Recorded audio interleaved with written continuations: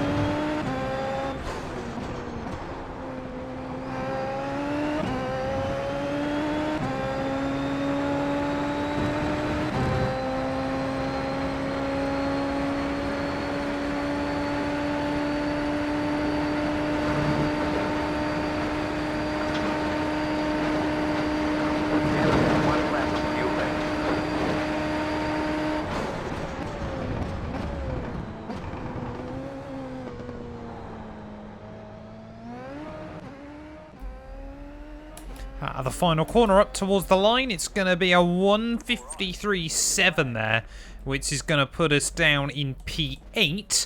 Yeah, a little bit annoyed with that. Lost a couple of tenths down at the bottom of the hill, but honestly, to be about a second away from pole, I'm quite happy with. It looks like we've got an incredibly tight qualifying pace here by most of the cars, so hopefully this is going to be quite good fun. Well, hopefully we've got a chance to gain some iRacing today. Yeah, just over a 2k SOF for this one this afternoon, and well, if we finish P8 we would gain some iRacing as well, but trying to keep it clean and tidy into turn 1 is going to be quite the challenge. Only 8 laps though. I always forget how short these races are.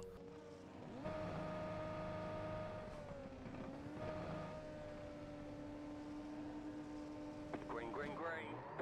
Lights out, oh, and away we go there. A little bit of phaser wheel spin through the first start, but a lot of cars around me getting even worse, and it looks like, just like in the Formula 4 race I did, there's a pile-up before we even get to turn 1 there. So lucky we're able to avoid that one. Garma inside there, struggling to put the power down at turn 1, so luckily we're going to be clean ahead before we make our way down in through Eau Rouge and Radillon. But of course the slipstream fest up. Whoa! Well, I've nudged the wall, but we didn't get a 0x for it. I've never had the car break free like that throughout all of my practice. But we'll try and keep going then, see how bad the damage is on the car. That was bizarre. Steering's still straight. That's why I don't actually think we've damaged it at all, as that guy's got no front wing. So he's definitely going to be in trouble by the time we get to the top of the hill. But just completely broke free from me at the top there. It does feel like the setup this week is incredibly loose, as hopefully we should have a big advantage, obviously, over this guy as we make our way back down the hill there. But that was utterly bizarre and incredibly scary as well in the processes. There we go. Place has been regained. Yeah, not really too sure why he's racing with that. I don't actually know off the top of my head how difficult it is to replace the front wing on the Super Formula cars. I can't imagine it's meant to be too difficult. But yeah, we could have been involved in an aeroplane crash of Eau Rouge there, so got very, very lucky to get away with that one. But yeah, still annoying nonetheless. We make our way down the hill into the final sector of this opening lap. Yeah, certainly has been a lot of chopping and changing there, as that's going to be an annoying 1x to pick up as well. But yeah, like I said, this thing very, very loose and lively, of course, even on the best of days. So, you know, around a track like Spa, obviously quite low downforce, you know, you don't want to be carrying any extra drag than you need. Yeah, it just means this thing gets very, very loose and lively. But of course, looks like again that we're going to have another race where I've got to try and recover. Need the SR as well from this one. Down at 1.2 at the moment, so hopefully we can obviously just keep it clean and tidy. As what position are we down to then at the end of lap 1? I believe P16. So yeah, really has been a bit of a nightmare, but it is Spa. There are likely to be more and more incidents as the race goes on, as we're already taking a bit of time out of Marcos and Bobby a little bit further up the road. But before we get to them, we've got Mike just in front of me. So we make our way through a Rouge and Rally on that time around with no major issues. You can see the huge marks I left down the straight. Luckily we didn't completely flat spot the tyres in the process there, but yeah, let's just try to recover.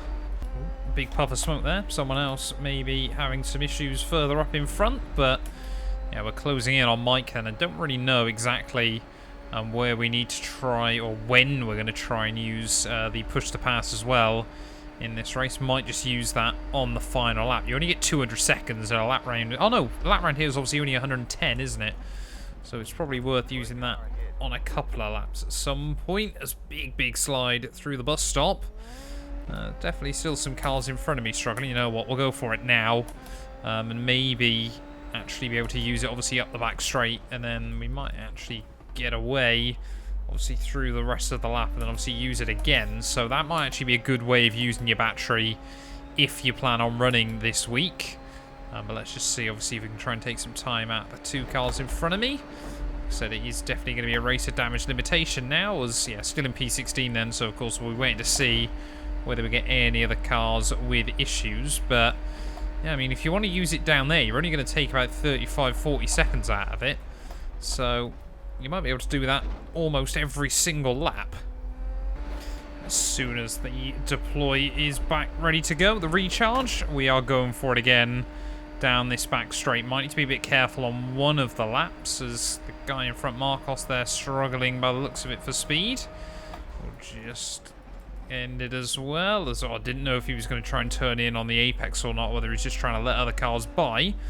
But yeah, I feel like we're pretty similar pace to Mike just in front of him, and we're both actually closing in on Bobby as well a little bit further up the road. So yeah, definitely want to try and get past this guy ASAP.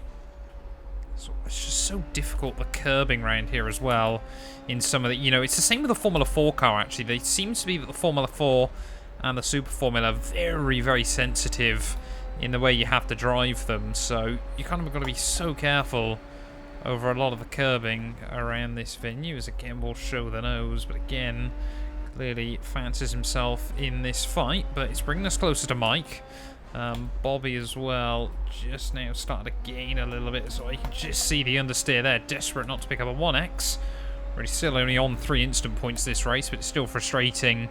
As yeah, we might just have to try and wait without using the battery next time round, and then use it from Stavolo all the way back round up in towards Lecom. But we'll wait and see whether these two have a bit of a battle in front. See Bobby just up the road there, gaining a little bit of time. 53.6 coming in by the top runners. So yeah, I reckon that is, yeah, no, that might not be with battery, to be fair. With the push to pass, you just don't know. Obviously what everyone else is doing there is all lock up for the guy in front. Kind of throws me off kilter just a little bit through the first corner. But yeah, I'm going to save the deploy this time, and we'll use it up from Stavolo. I think is going to be the way to go about things. You know, it is strategic, the racing in these cars. But are we now going to see Marcos have a look down the inside of Mike? Yes, we are. Is he going to be able to complete the move, though, before the braking zone? Yeah, Mike's going to back out of that one. So we could have a good little 3-car scrap right to the checkered flag here. Right down at Stavolo then. Let's see what Mike's going to try and do as we'll roll off the exit. This bit's barely flat anyway. So as soon as we know we've got the car square, I'm going to try and get on that push to pass. He might see that on his LED behind. He's going to go defensive. We're going to have a look around the outside through Blanchimont, Max Verstappen 2015-esque, but we've only gone and done it. Round the outside we go. And we are now up at a P15 then of this race, and that really got the heart rate pumping. Can we continue? Oh, that's going to make the second overtake a whole lot easier. Marcos finding himself in a wall. That's going to be 2 places gained then in the process. But yeah, that was a scary little overtake to go for there. You just never quite know what the car on the inside is going to do. But yeah, going to keep using the battery all the way at the Kemmel straight there. Bobby now with a 6-second advantage over us though. Is a little bit frustrating to see, but yeah, as we ride the curbing up over the top. Of course, you never know when Mike is going to, how much battery he's got, where he's going to be able to use it, anything like that. But yeah, we've still got 90 seconds worth. Horrible run out the final couple of corners, and that's going to leave me under pressure again. As we start lap 7, are we now going to see Mike try and go for it? Surely he's got some battery still to use. I haven't really seen him much on the push to pass today. I'm going to try and save most of mine, ready for the final lap of this event. Maybe at Stavolo on this lap. And yeah, you can see now he's using it. He's gaining. Slipstream as well, of course, will add to the boost. And we'll just keep the car over on the left-hand side. So you're going to be, oh, hello, on the grass slightly. We'll try and tuck back in for some slipstream as well in the process, and just sort of show the nose, see if we can scare him just a little bit. But now we've got to try and stick close up through the top of the hill. Of course, my plan is probably got to be use the battery out of the Stabilo. Oh, look at that. That was close. In fact, it reckoned for a split second there we were actually alongside each other. So it must have just been the angle of the corner. But I think what we're going to actually have to do, yeah, is just use it all on the final lap. Of course, we might just get a nice kick out of Stavolo if we activate it out of the final corner, but probably won't have anything up at the end of the hill. So we'll try and use it out of La Source, I think is going to be the way to go. Therefore, we get it pretty much around the entirety of the final lap here, just because I want to make sure that we might have that kick up the back straight there. Someone else has gone clearly for a bit of an off. But yeah, how much battery, of course, has Mike got as well? This is the great little strategic element to these Super Formula races, because you can never quite tell what the other car has got left at its disposal. I know using the battery won't be particularly effective through the middle part of the lap, but it'll give us something a little bit extra. And of course, we've got to use it somewhere. Use it or lose it kind of thing. But rounding our way then out of the final corner. It's horrible because I want to use it now, but we know we can't. We've got to wait at least until the exit of turn 1, but then I think we're going to have to get on it. So we round our way through that first corner fairly tidy. Right, let's go. We've got 90 seconds worth. So that hopefully is going to take us out of Stavolo on the final lap of this race. Are we seeing Mike using it in front? Is that gap coming down? It doesn't look like so at the moment, so he might still have a little bit at his disposal as well. As there we go. Now finally just coming down a little bit as we head up the Kemmel straight. And of course what I want to do is press that button to switch it off. The autopilot on me wants to do that, but we know we can't. We've got to use it, and we've got to continue to commit through here, of course, with that little extra power. This thing's pretty wheel spinny anyway. Brake obviously just a tiny bit earlier into the corners, just because you're carrying that extra speed in, but keep it planted, keep it steady. Of course we might... Whoa, that's very, very wide there. We'll take the 1X. A little bit cheeky with that one, but still, as we make our way down through through Pouon even, that gap is coming down. Come on, come on, come on. We're definitely going to get a nice boost out of Stavolo, but are we going to see Mike having it as well? That's the real question. Just keep it planted, keep it tidy. Through Stavolo we go once again. We've got 15 seconds. We're actually going to get a lot more use out of it up the back straight than I thought we would. Their back end really squibbling around underneath me, but now look at the speed. We've got a little bit more.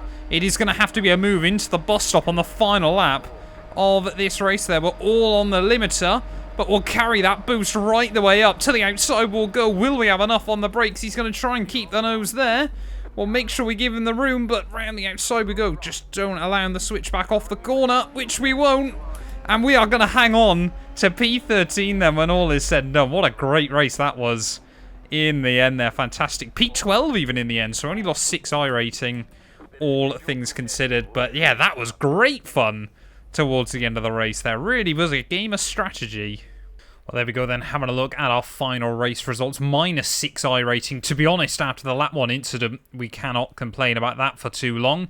0.09 SR as well, going back in the right direction slowly but surely as well there. But yeah, gap at the end, just 1.5 tenths between myself and Mike there. That was a really fantastic race and a good showcase of, you know, the kind of racing you can get in the Super Formula cars there. 4X, though, I'm pretty happy with the way things have gone recently. It looks like actually our top 2 with a lot of instant points, all things considered. But thank you all so much for watching this video. If you have enjoyed, please do make sure to leave a like, get yourself subscribed, and we'll be back very, very soon with more iRacing content. A massive thank you to all of my YouTube members and my Patreon supporters for their continued donations to help my work. These things go much further than I think a lot of you ever realise and allow me to continue making content full-time here on YouTube. So if you want to support me from as little as £1 a month and be featured on all of these end clips, either click the join button next to the subscribe or head over to my Patreon. There's a link down in the description.